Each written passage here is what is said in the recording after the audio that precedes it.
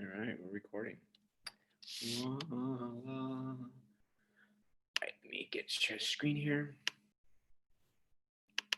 All right, we're going over today with class. Hopefully everybody's doing well. We're going to go for chapter 7, consumer loans. It's going to be really short, and I'm going to send, I only have like 8 slides. So, and then I'm going to send you some links of some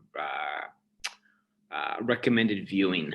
I'm going to send some of them just to you in the assignments, because I've got some nasty emails from YouTube about some copyright infringement type stuff. So we will, I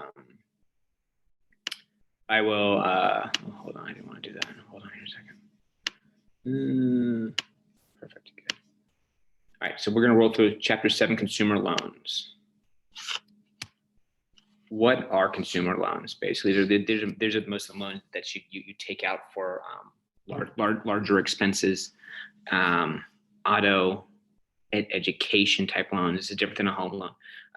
Auto, education, consolidation. So like if you want to consolidate your loans, if you have a bunch of debt, you want to put them all together, you consolidate them. Those are basically consumer loans. So all of the above, you have, for the most part, you have an agreed upon fixed payment for a specific period of time.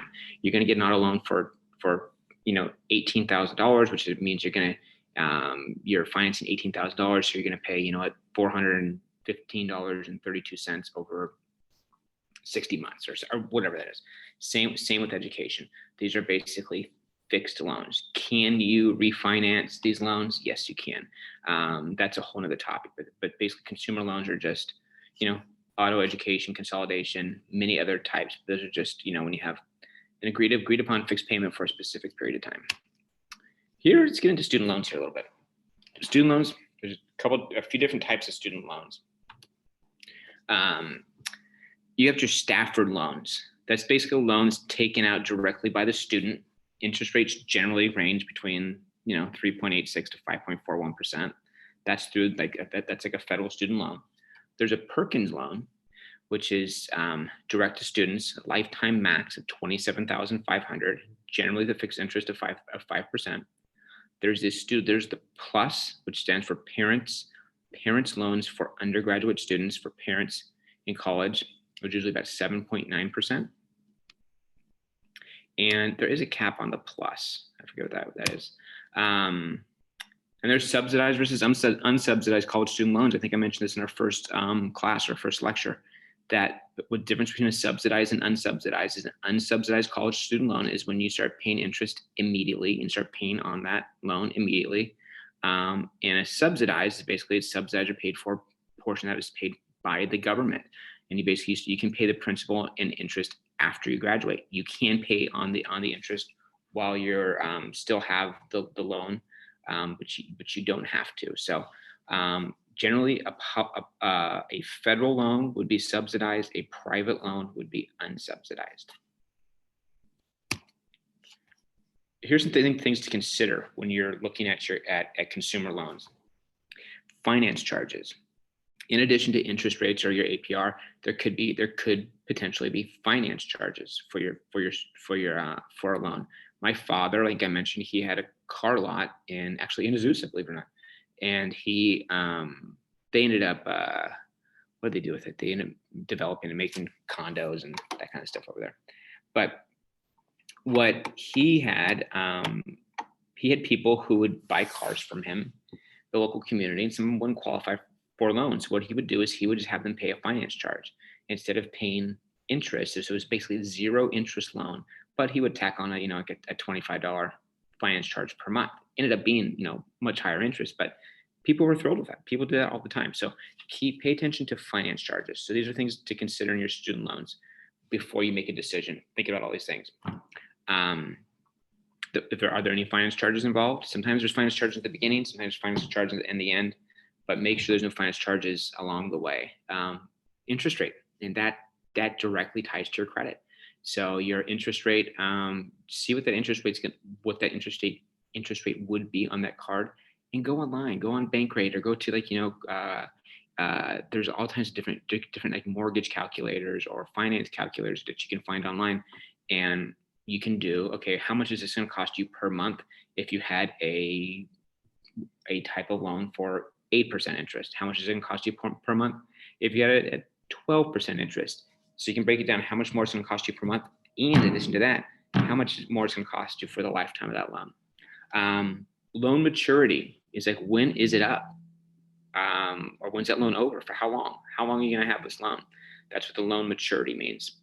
Know the total cost of the transaction. So if you're going to buy something for $10,000, know with finance charges, potentially interest rate, how much you're really paying. So if you're going to buy something for $10,000, but know, hey, I don't have that $10,000 right now, so I'm making the choice to finance this. How much is this really going to cost me at the end of this? It might cost you $15,000. That's how they're making some extra money. And that's how the finance companies make their money. So just know that what the total cost of the transaction would be. Collateral would be, is there any collateral necessary? So if you default on that loan, if you're not able to pay off that loan, is it a collateralized loan? Meaning, do you have to put up anything? Do you have to put up, the title of your car? Do you have any type of whatever type of assets that you have, so that if you do not pay that off, what can they potentially come after you for? And just know all the other things, like the payment date. That could be important. Sometimes you want to get that payment date around when your payment is due, around maybe like when you get paid. Sometimes beginning of the month, middle of the month, end of the month, whatever. That can kind of be important. How fast you can pay off the loan. See if like in that one car example that of people purchasing cars, seems like there's an open loan, so you can basically pay it off whenever you want. So make sure that you have that option to pay that loan off faster. Figure out if there's charges for late payments. Most likely there are, and just know that going into that. So if you have to be late, try not to be more than 30 days late, or try not to be more than 90 days late. Actually, here's a really good piece of advice. If you owe money and you're kind of overextended a little bit, and you've got bill collectors calling you and they're saying, okay, where's our payment? The worst thing you can do is avoid those calls. Take the calls, have those conversations, engage with them. Say, hey, things are really tight. I think I could pay you, let's say $100. I could probably pay like 10, $15 this month. They're like, okay, most time to say, who knows? But you're much better off being engaged with them, because if you constantly blow them off, then they have no choice to escalate that to a collections situation. So just work with them the best that you can. Like I said, don't just not answer the calls. I was in a situation like that years ago when I was like in my early 20s, and it was I thought I just didn't want to take those calls, have those uncomfortable conversations. And with anything, have those uncomfortable conversations with people. If you have them sooner, it's much better than later, because when it gets later, it gets messy and it ends up just hurting you in the long run. So take those calls, have that communication with them. Whoever's calling you, the bill collectors, they'll note it in their file. They'll say that you're engaged and you're working on things. So then you can kind of push off for longer until it has to go to collections kind of point. And maybe you can figure something out in the interim. So take those calls, have those conversations. The people who work in there, they don't like to, feel like they're constantly, hustling people for money and chasing people for money. They want to work things out with you as much as you do. So take those calls, don't avoid them. And see if there's any, last thing, refunds for prepayments, which, can we get into prepayments here? Yeah, we'll get into that later. Just find out if there's refunds for prepayments. We'll get into prepayments next or later, which is, I think, is the biggest crock out there. For-profit schools and student loans. If you go to a school that is a for-profit school, meaning most like private trade type places can be for-profit. Just be very careful with the financing there. Because the interest rates can be really high. The repayments are really, really, really high. So just be very, very careful with those kind of situations. A lien, basically, a lien is in a sense, it's just like the definition here. It's a legal claim permitting the lender, in case the borrower defaults, to liquidate the items serving as collateral to satisfy the obligation. Let's say there's a common lien to be like a construction lien. Like, let's say you're a contractor, and the person that you're doing the job, doing work for, will not pay you for the work. They might, in a sense, say, hey, you didn't do a good job, and they might do like a stop payment, like we learned about before. But you have the right to do a lien on the property, meaning you do all the flooring in a company for a business or for a building. They say that they didn't like the job or you didn't do it the right way, right? And they say they're not going to pay you, or they could just be trying to play hardball with you and kind of push you around. Let's say they owe you $50,000. So what you can do, if they don't pay you, you can't come to an agreement. You can take a lien on that property for $50,000. What that means is that at some point in the future, when that building sells or it's transferred, you will get paid. They have to legally pay you, or you're at the top of the list of people who get paid on the sale of that property. So you eventually will get paid, and it doesn't look good for companies to have a lot of liens against them. It just doesn't look good. Prepayment penalty. This is the biggest crock out there. Make sure that when you're getting a loan, that there are not or just know what the prepayment penalties are, because you would think, just logically and rationally, I got a loan for $5,000. I'm doing great. I'm going to pay it off early. And then you pay it off early thinking that they're going to be thrilled for you. Oh, thank you so much. And it's good for your credit and all that kind of stuff. Thank you for paying off early. And they say, okay, by the way, you paid off early. There's, a $200 prepayment penalty. And you're just kind of like, why are you charging me money? Because I did the right thing.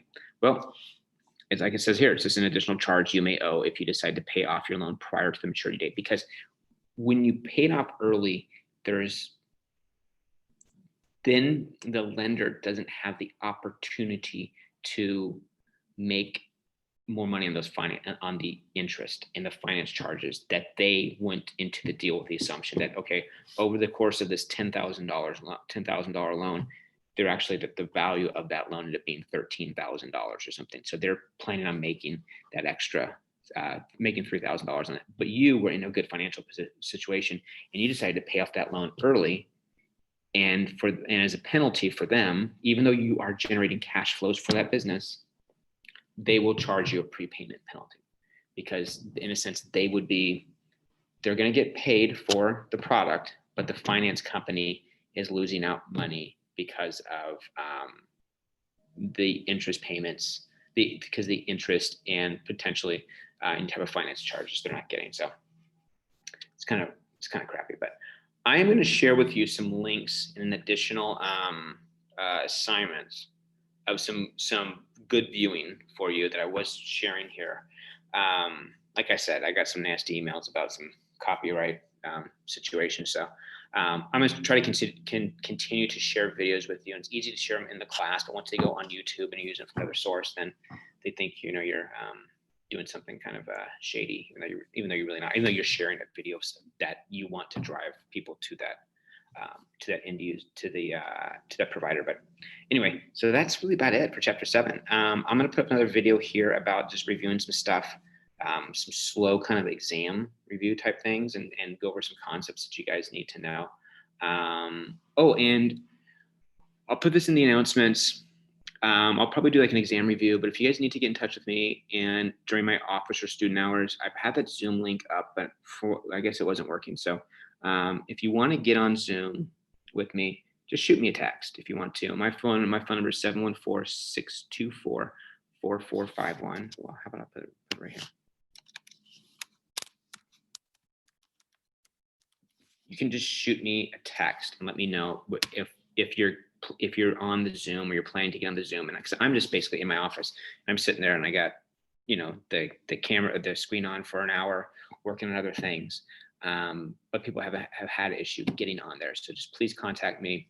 I'm here for you, here to help you. And if you guys need anything else, you know how to get in touch with me. All right. And keep an eye out for those additional links to watch for some good information for some videos. And then, like I said, I'm gonna put up some more information, some kind of review stuff for an exam, for the first exam we have coming up. All right, take care. Scram.